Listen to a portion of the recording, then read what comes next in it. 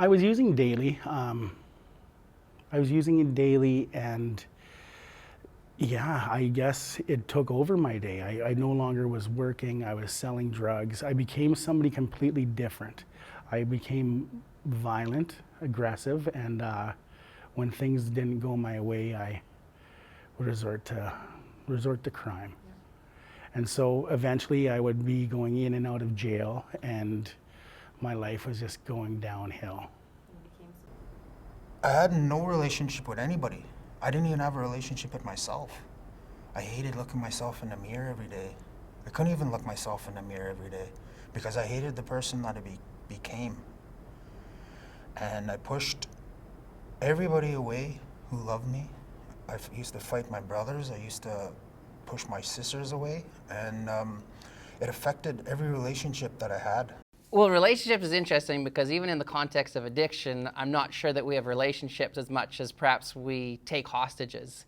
And I can look back and see that the people around me really weren't what I would call friends. I mean, the true friends are people who would perhaps challenge some of my behaviors, and I really pushed a lot of those people who were close to me away. I think that even when they tried to help, I wasn't ready for that help, whether that was for mental illness or addictions, and that also led to that lonely journey. On the second time, I really noticed that it changed.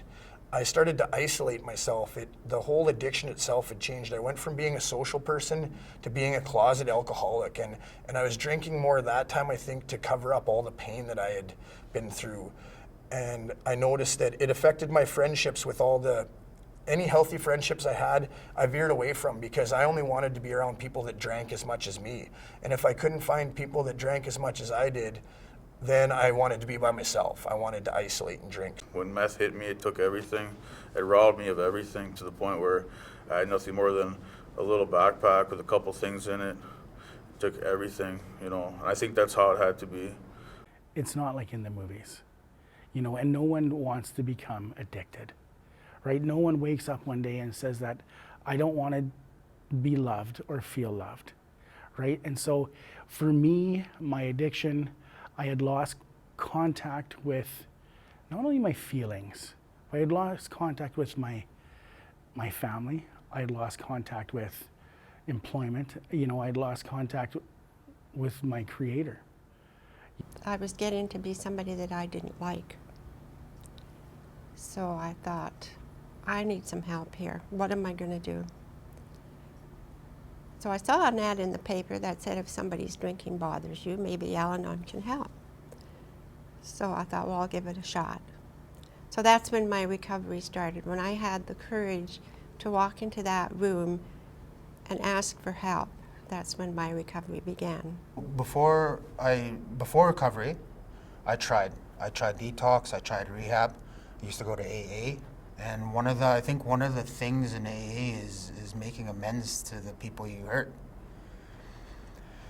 And in order to move on in your life, you need to let go of the anger, and you need to forgive a lot of people who hurt you. Because I lived with a lot of anger and resentments, and it was forgiving those people that helped me to move on with my life and to succeed and stop living in the past. I was the victim for many years, the woe is me. And one of those turning points was also sitting across from an elder who I really respect. And he said, Al, you are not the only person who has struggled with mental illness, and you are not the only person who struggled with addictions. If you want something different, go get it, because this world owes you nothing. And I was mad. I was really mad. But there's truth in that statement. And I think that sometimes we have to understand that it is up to ourselves to create our own happiness.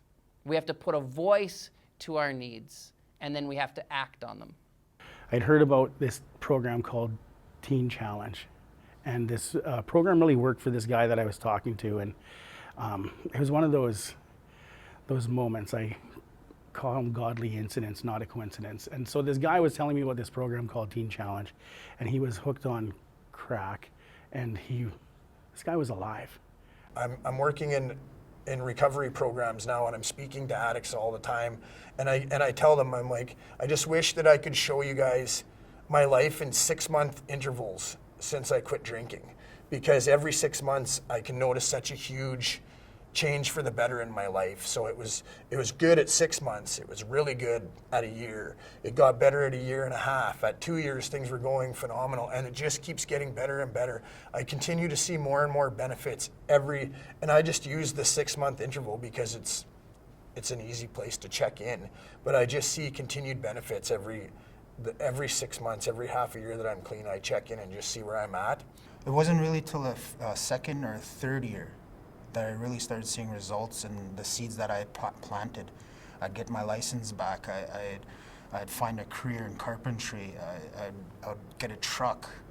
You know, all these wonderful things that I dreamt or imagined before recovery, they were starting to come true. My recovery has been fantastic. I'm married now, right? I have a son that's in my life that, in my addiction, I never met him. He was 21 years old before I met him. And so with recovery, you regain that which was lost.